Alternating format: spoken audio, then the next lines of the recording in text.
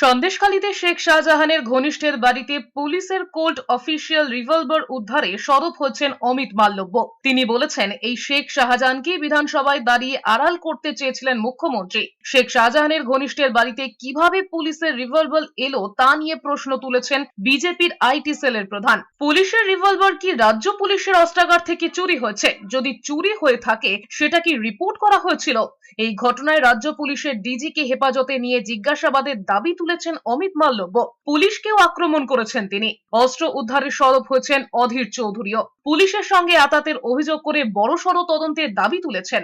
এদিকে অস্ত্র উদ্ধারের কৃতিত্ব রাজ্য পুলিশকে দিয়েছেন পার্থ ভৌমিক। তিনি বলেছেন, রাজ্য পুলিশই তো শাহজাহানকে গ্রেফতার করেছে, সিবিআই ইডি তো পারেনি। পুলিশ গ্রেফতার না করলে এসব উদ্ধার হতো না বলে দাবি করেছেন তিনি। তাই ক্রেডিট রাজ্য পুলিশেরই। পুলিশ অস্ত্র দিচ্ছে, হয়তো কোল্ড দেখলাম পেপারে।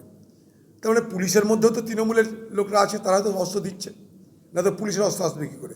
এটা বড়সড় তদন্ত হওয়া দরকার। এই বাংলায় বড়সড় তদন্ত হওয়া দরকার, কারণ পুলিশের সঙ্গে আতাত তো আছেই, অসাধু আতাত, তারা দিচ্ছে তাদেরকে অস্ত্র।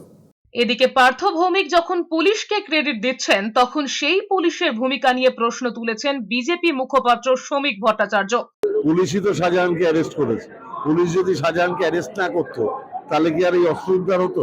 তিনি বলেছেন, সন্দেশখালীতে যখন বিদেশি অস্ত্র মিলছে তখন সিবিআই তদন্ত বন্ধের দাবিতে সুপ্রিম কোর্টের দ্বারস্থ হয়েছে তৃণমূল। আজকে সিবিআই তদন্ত বন্ধ করবার জন্য মানুষের দেহ করের টাকা খরচা করে রাজ্য সরকার সুপ্রিম কোর্টে যাচ্ছে, কিন্তু যে কাজ করার দায়িত্ব ছিল পুলিশের, যে অভিযোগ নেওয়ার দায়িত্ব ছিল পুলিশের, অভিযোগ নেওয়ার পরিবর্তে যারা অভিযোগ করছেন, যার বিরুদ্ধে অভিযোগ, পুলিশ তাদের কাছে ফেরত পাঠিয়ে দিত।